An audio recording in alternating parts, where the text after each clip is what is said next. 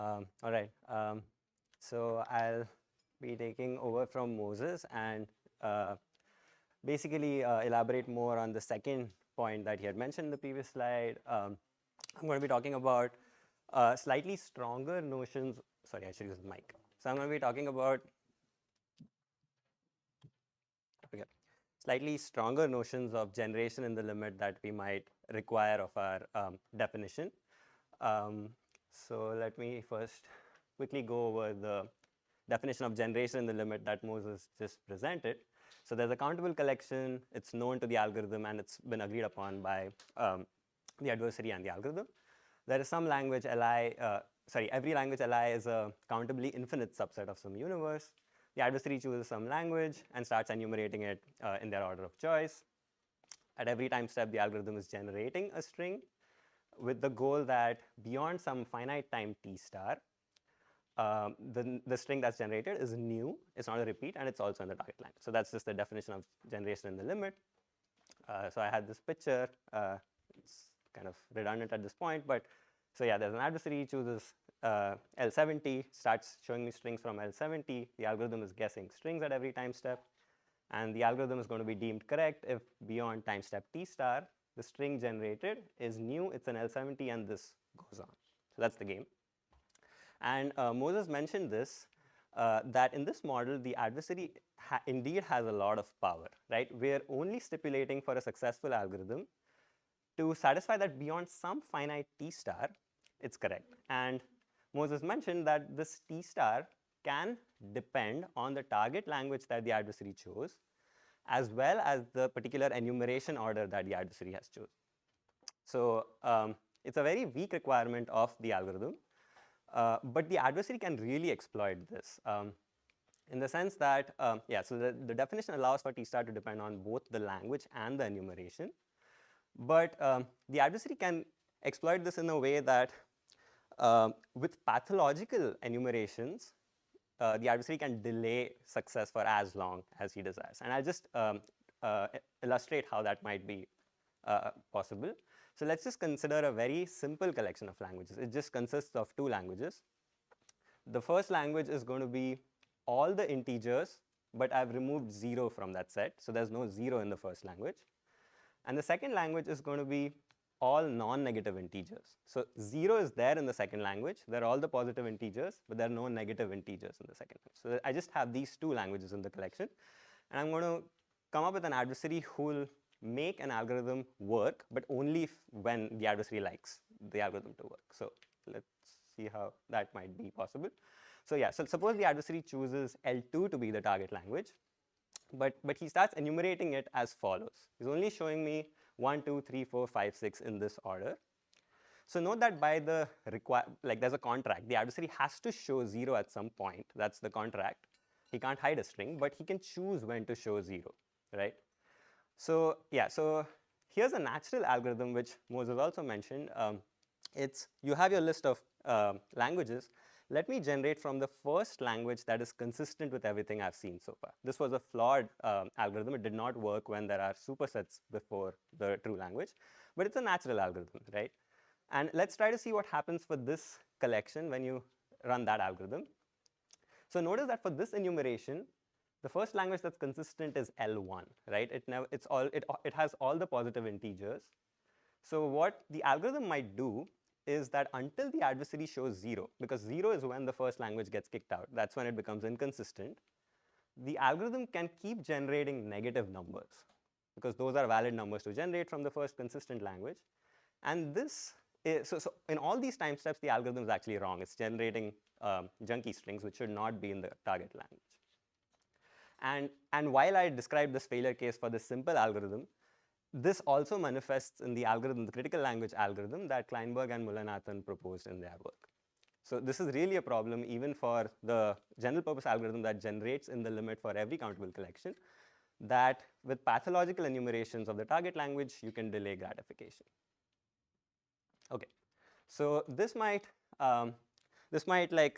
motivate the question, can we do better? Can we ask for a stronger guarantee of an algorithm such that we remove this pathological enumeration power that the adversary has. So this is a definition of non-uniform language generation in the limit, which was proposed by Lee, Raman, and Tiwari just after the paper by Kleinberg and Mulanathan came out. So the setup is the same up until here. So there's a collection, adversary chooses a language, starts showing strings. Okay, the enumeration is still in control of the adversary, but the success guarantee that we require is slightly different. So we'll say that the algorithm non-uniformly generates in the limit if the moment the algorithm sees some t star many strings, many distinct strings, where t star is only allowed to depend on the target language and the collection, but it should not depend on the particular enumeration order that the algorithm chooses. So the moment that the algorithm sees some t star many distinct strings from the language, all strings thereafter should be correct. Notice that I've removed the dependence of t star can no longer depend on the enumeration order here. So just in my picture, so this was my picture I had.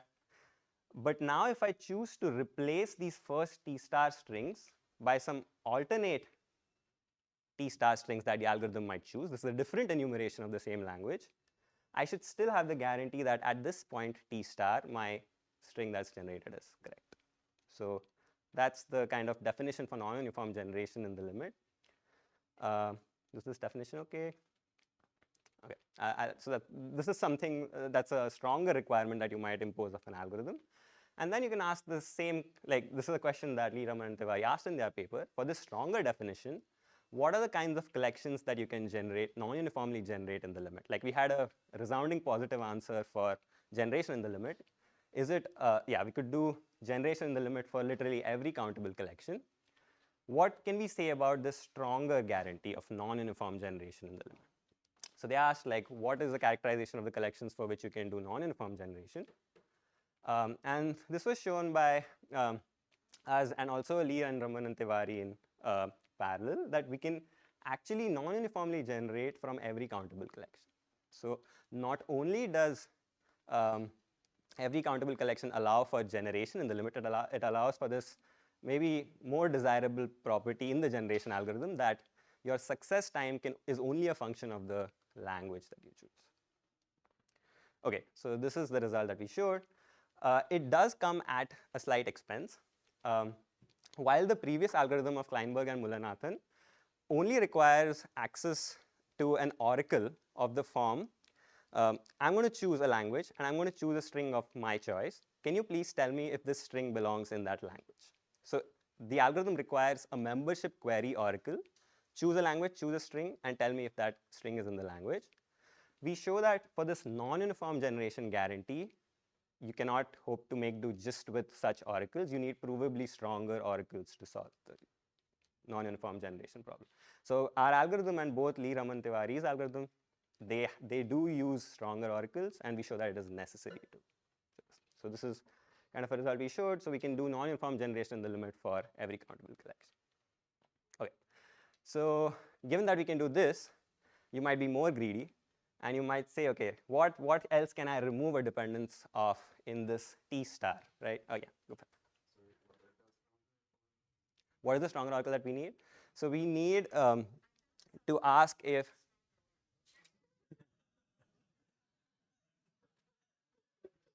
so we need an oracle which I'll give you a collection of languages, L1, L5, L10. Can you please tell me if this collection has infinite intersection? So I'm gonna, I can ask you with any sub collection, and you have to tell me yes or no if that sub collection has infinite intersection. The collection of languages is known, right? The collection of languages is known, but to compute this intersection, like we need to be able to compute that intersection. Right? Computing, if it has infinite intersection, is not an easy problem. Like even for context-free. Computationally, yeah. So earlier, the algorithm of Kleinberg and Mulanathan, computationally, it only required access to answers of the form is xi in li, lj. But if you're working in an abstract setting, you sort of know. Yeah. So if you, yeah. So if you're working in a setting where you don't really care about computational power, it's just like a function. Yeah. You don't. Everything is this. Yeah. That's a point about the computational power. It's a good question. Okay. So now, yeah, we could do that. So you could be more greedy and you could be like, can I even get rid of the dependence of the target language in my time for generation, right? You can ask, can I have a universal guarantee for my entire collection? No matter what language the adversary chooses, I'm going to be correct at time t star. So in my picture, at t star, I was succeeding for language L70. Sorry. Right. So this is my new definition now. I'm going to say that you can uniformly generate in the limit. So the previous one was non-uniform generation. I'm going to say that you can uniformly generate in the limit if the moment the algorithm sees some t star many strings where t star is only a function of the collection now, it's golden after that. Okay, so yeah, in my picture, I was succeeding for this language at L70 at time t star. So if the adversary now chooses L80 to enumerate to me, I should again succeed at t star. So that's the, yes? So in this setup, the learner chooses the sequence, sort of, right? The learner queries, chooses the sequence. No, so we were still back at the adversary can show me whatever enumeration of the target language that he chooses. The algorithm should be correct beyond t star, at least in this definition. So forgetting about computational resources again, it's just I'm going to be kept shown an enumeration of a language, and I need to guess a new string at every time step, and I should be correct beyond t star. Yes? So we'll see that you can't do this for every countable collection, but is that the question you're asking? Like what kind of computational oracle that? Yeah, so we'll get to that. Like, but it is going to be an oracle of for the collections for which you can do it, you need something. Okay. Right. Okay, so that's the definition of uniform generation, and you can ask like, okay, we showed that for every countable collection you can non-uniformly generate. What can you do for uniform generation? Is it also a subset or is it the whole? Well, yes. Okay, so I'm going to quickly argue that you cannot hope to do this for every countable collection. So here's the construction for that.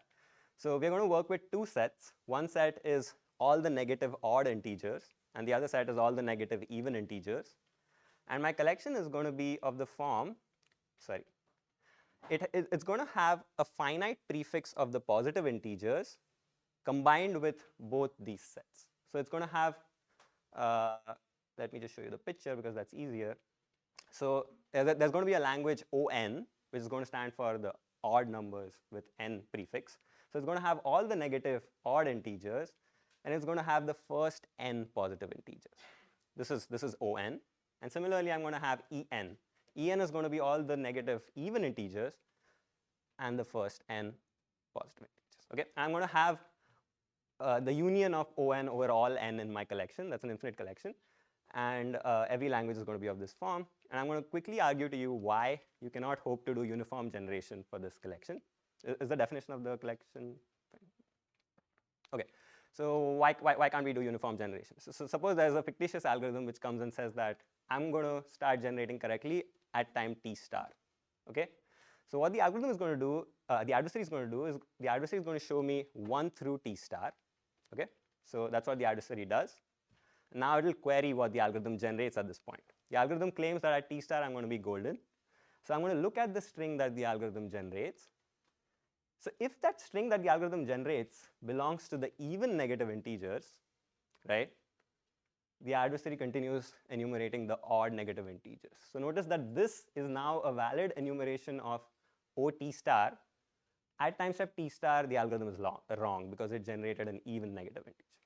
And the same thing gets flipped if zt star was and it was an odd negative integer, the adversary shows me all the even negative integers at this point. And like if this number was actually some positive number larger than t star, it doesn't matter. You could do either of these. Both of them don't have that number, so it's going to be wrong at that time. So this is how like you might foil any algorithm that claims to uniformly generate. And so what's the issue here? So the issue seems to be that you can realize arbitrarily large finite intersections. So what do I mean by that?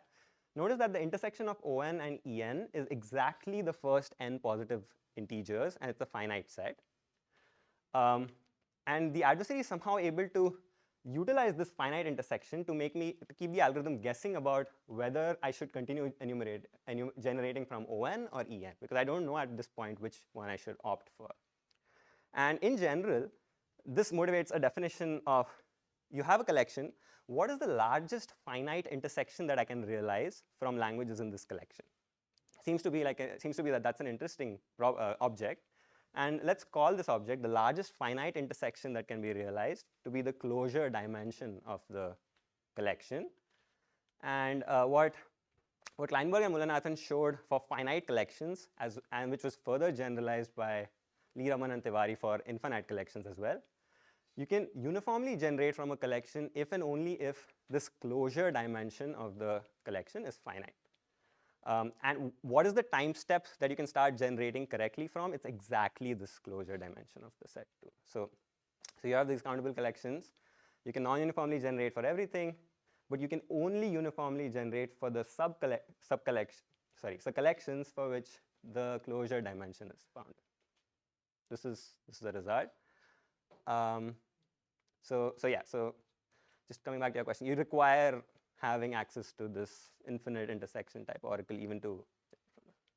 Okay, so that's the end of story. For countable collections, you can non-uniformly generate from everything. For uniform generation, you need bounded closure dimension. Okay, so in the remaining time, I'm going to quickly try to draw a connection with this generation in the limit task, and standard textbook learning theory, where we think about concepts as binary functions.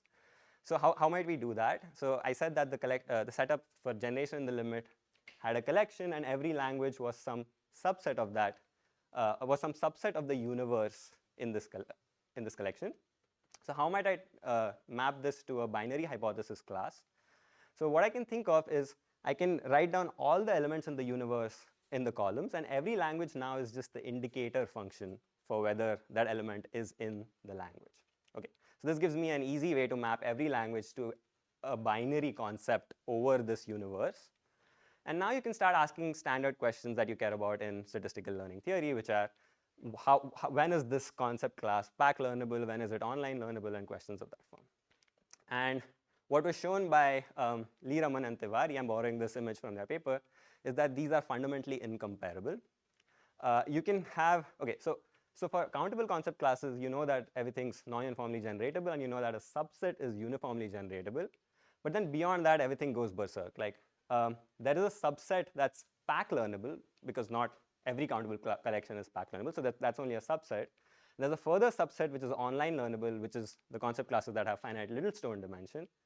But then if you try to see how that intersects with uniform generation, there's just no signal there. Like you can have concept classes that are online learnable, but which are not uniformly generatable, whereas you can also have the vice versa. So there's no information about predictability that you're getting from generatability as such, is the point of this. Yes? And this like very first concept that Moses was talking about, like identifiable, like it's not in this picture, right? It's also not expressible in. Yeah, so that's a good point. Identifiable would also be kind of weirdly lying in this space, I think. Well, like you have something to do with finite Littlestone, but like maybe not. It's not clear, yeah. I think that's not clear what the space of.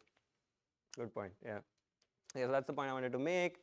And maybe I'll just, I don't think I'll have time to do this, these examples of these classes, but even for the class that I showed you, this ON-EN thing, where I showed you that uniform generation is not possible, you can see that this concept class has like VC dimension, which is 1 or 2 or something. It's a very small constant. I argued that it is not uniformly generatable.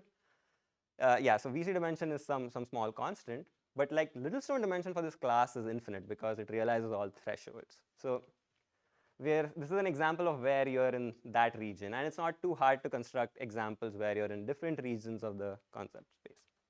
Okay, so I'm going to wrap up quickly. There is some other work which I wanted to mention, which Anay, Grigoris, and Alkes have been working on. It's trying to impose a distributional assumption on the strings in the language. So you might have an adversary that enumerates in an online worst-case fashion, but what if you have a distribution over strings that the adversary can generate strings from, and you receive IID samples from that? So Alkes and others, they have mapped out precisely that for every countable connection, you can actually achieve exponential rates for this task of generation where there's a distribution. So it's much more amenable to generation in the limit. You can get exponential rates for every countable collection. So that's something which is also in the theme of pack learning. And I'll quickly summarize. So, okay, what did I speak about? I spoke about like stronger definitions for generation in the limit, where you might want to assign every language in your collection with some complexity measure that you want to generate from. And then I spoke about how generation is incomparable to prediction. And I'll just conclude with two open questions. We still don't have a complete characterization for generation in the limit. We have a characterization for non-uniform and uniform generation, but we don't have a complete characterization for generation in the limit. This, of course, is only for uncountable collections. And then finally, there is also this question in the paper that I mentioned about converting generation in the limit algorithms in the online setting to the statistical setting that always achieve exponential rates. So these are some questions that are open. They're explained better in the papers, but that's all I had for you guys. Sorry for running over time for a bit.